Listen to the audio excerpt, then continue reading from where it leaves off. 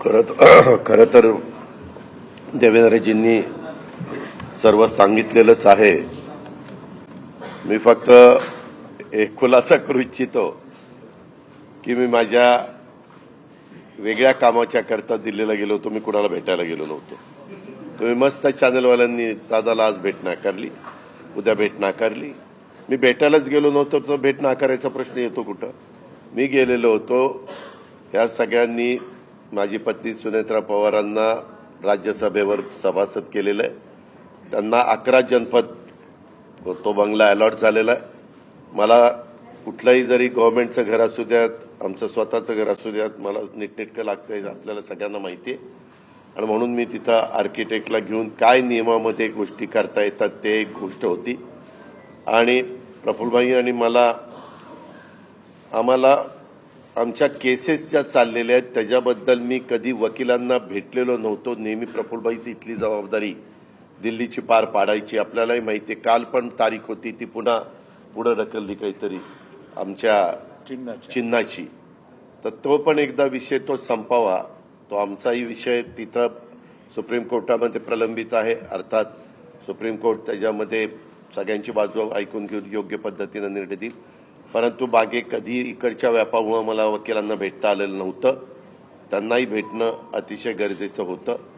आणि अजून एक जवळच्या व्यक्तीचं नाते लग्न होतं. अशा 3 गोष्टीच्या करता मी गेलेलो होतो.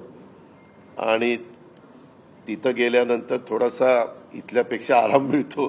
त्याच्यामुळं तिथं आपला निवांत आम्ही म्हणजे राज्यसभा चालू होती त्याच्यावर सुनेत्रा पण तिथं होती. हेही दोघं तिकडे होते लोकसभेत राज्यसभेत.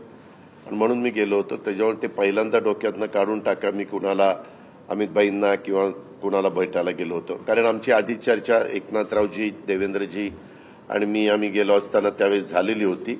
आणि तशा पद्धतीनं आता सगळ्या गोष्ट उद्याच्या शपथविधीच्या संदर्भामध्ये देवेंद्रजींनी सांगितलेली आहे. आम्ही सगळेजण मिळून महाराष्ट्राच्या सर्वांगीण विकासाच्या करता मनापासून प्रयत्न करू. आम्हाला अनुभव आहे. या अनुभवाचा फायदा राज्यातल्या सर्व समाजाला, सर्व जाती घटकाला कसा करून देता येईल. वेगवेगळ्या प्रकारचे गोष्टी घडत असतात, नैसर्गिक संकट येत असतात, त्याच्यातून आमचा शेतकरी अडचणीत येत असतो. परंतु त्याला पुन्हा त्याच्यातून कसं आधार देता येईल, बाहेर काढता येईल. आणि आता केंद्र सरकार पण त्या बाबतीत मागेही बरोबर होतं, आताही बरोबर आहे. आता 5 वर्ष आता ते अतिशय चांगलं बहुमत आहे की त्याच्यात आता कुठंही आम्हाला तिघांना पण ह्याला सांभाळा, त्याला सांभाळा, हा तिकडे गेला, हा रुसला, हा फुगला. आम्ही रुसून फुगून देणारच नाही. पण असं फार काही तिथं वेळ देण्याची जबाबदारी येणार नाही. ती चंद्रशेखर बावनकुळे आणि सुनील तटकरे त्यांच्या स्तरावर पार पाडतील. आम्ही सरकारचं काम उत्तम पद्धतीनं पार पाडण्याचं काम मनापासून करू.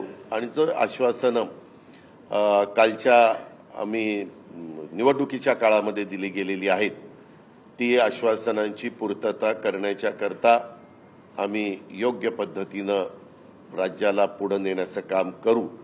आणि राज्य देशामध्ये सगळ्या राज्यांच्यामध्ये महाराष्ट्राचा एक वेगळा नावलौकिक आहे जो पहिल्यापासून स्वर्गीय यशवंतराव चव्हाण साहेबांनी सांभाळलेला आहे.